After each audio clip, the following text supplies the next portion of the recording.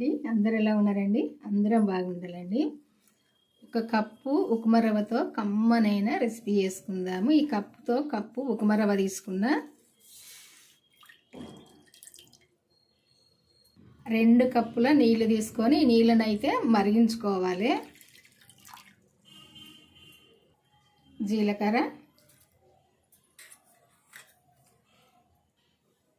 ఒక half spoon కారము, ఎండు కారము నేను చేసేదానికి తగినంత వేస్తాను.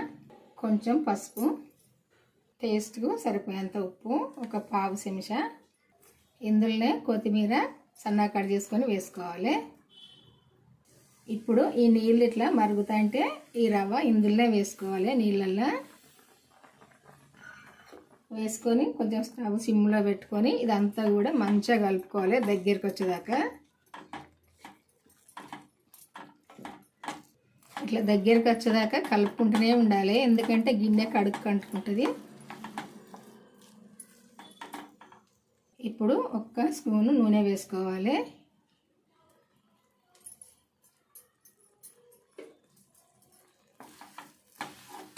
అంతా కూడా ఇట్లా మంచిగా కలుపుకోవాలి. నూనె వేసుకోవడం వలన గిన్నె కతుక్కోదు, పిండి మంచిగా ఉంటుంది, షార్ప్గా మంచిగా ఉంటుంది.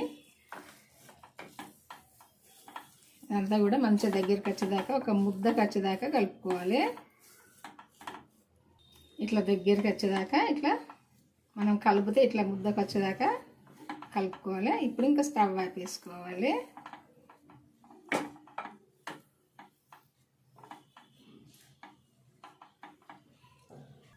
నేను తీసుకున్న రవ్వకు తగినంత ఈ బంగాళదుంపనైతే ఉడికించుకున్నా.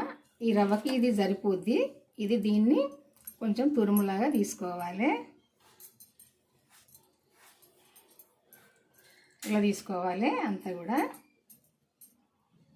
చూసారు కదా, ఈ రవ్వకు తగినంత ఇంత తురుము అయితే తీసుకోవాలి. తీసుకున్నప్పుడే మంచిగా ఉంటుంది, సరిబలం అన్నట్టుగా. రవ్వ సగము, ఈ బంగాళదుంప సగం ఉండాలి. ఇప్పుడు ఇదంతా కూడా కలుపుకోవాలి. కొద్దిగా చల్లగా అయినాక, ఇది చల్లగా అయినాక అంతా కలుపుకొని ఒక 5 నిమిషాలు అయితే దీన్ని నాననియాలి, ఎందుకంటే రవ్వ కదా. ఇదంతా ఒక ముద్దలాగా కలుపుకుందాం. ఇప్పుడు కొంచెం చేతికి నూనె తీసుకొని చేతికి అంటకుండా ఈ ముద్ద మంచిగా ఇట్లా కలుపుకోవాలి. కొద్దిగా చాలాసేపు కలుపుకోవాలి ఇది, ఎందుకంటే రవ్వ కదా. ఈ రవ్వ అంతా కూడా కలుపుకుంటా అంటే కొంచెం మంచిగా మెత్తగా అవుతుంది, మంచిగా ఉంటుంది, సైడ్లు పగలకుండా ఉంటాయి. మనం చేసుకునే రెసిపీ ఇట్లా కలుపుకోవాలి. ఇవి ఏ షేపులో అయినా చేసుకోవచ్చు, నేనైతే ఈ షేపులో చేస్తాను. ఇది ఇట్లా చేస్తాను, మన ఇష్టం. ఇది ఏ షేపులో అయినా చేసుకోవచ్చు. ఇంత లావు అయితే చెయ్యాలి, ఈ లావు చెయ్యాలి. అన్నీ కూడా ఇట్లా చేసి అయితే ఫస్ట్ పక్కకు తీసుకోవాలి. అన్నీ కూడా ఈ విధంగా చేసుకొని పక్కకు తీసుకోవాలి.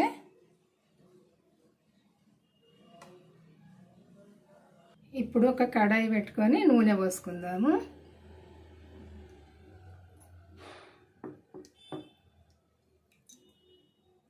నూనె వేడైంది చూసుకొని నూనెలో వేసుకోవడం. ఇది ఎన్ని పడితే అన్ని, ఇందులో ఒక 3 పట్టినాయి కదా, 3 వేసిన. ఒక సైడ్ కాలినాక ఇంకొక సైడ్ దింపి వేసుకోవాలి. 2 సైడ్లు కూడా మంచిగా కాలాలి.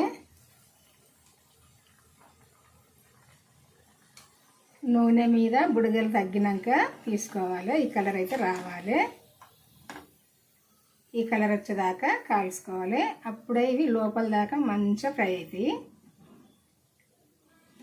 పైన మంచిగా క్రిస్పీగా, లోపల సాఫ్ట్గా గుల్లగా ఉంటాయి.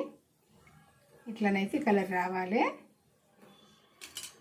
ఇంకో వాయి కూడా వేసుకుందాము. అన్నీ ఇంతే చేసుకోవడం. ఇక నూనె మీద బుడగలు తగ్గేదాకా కాలితే ఇవి కాలినట్టే. ఈ వాయి కూడా ఇదే విధంగా కాల్చుకోవాలి. చూసారు కదా, ఈ కలర్ వచ్చేదాకా కాలనియాలి. ఈ స్నాక్స్ రెసిపీ చేయడం అయితే అయిపోయిందండి. బంగాళదుంప ఒక కప్పు రవ్వ, అదే ఉప్మా రవ్వ, సుజీ రవ్వ అంటాం కదా మనము, అదే రవ్వ. ఇదిగో చూసారు కదా, ఇట్లా ముట్టుకుంటేనే ఇట్లా పొంగుతాయి, ఇట్లా ముట్టుకుంటే ఇట్లా ఉంటాయి. ఇదిగో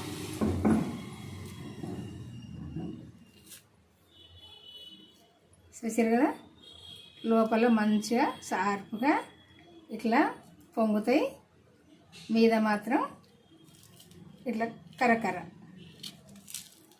చూసారుగా, చాలా టేస్ట్గా ఉంటాయండి. పిల్లలు అయితే చాలా ఇష్టపడతారు. బంగాళదుంపతో చేసిన ఎవైనా మంచిగానే ఉంటాయి, ఎవైనా ఇష్టపడతారు పిల్లలు. ఇట్లా పొంగుతాయి. చూసారు కదా, అన్నీ కూడా ఇట్లా పొంగుతాయి రవ్వతో చేస్తే.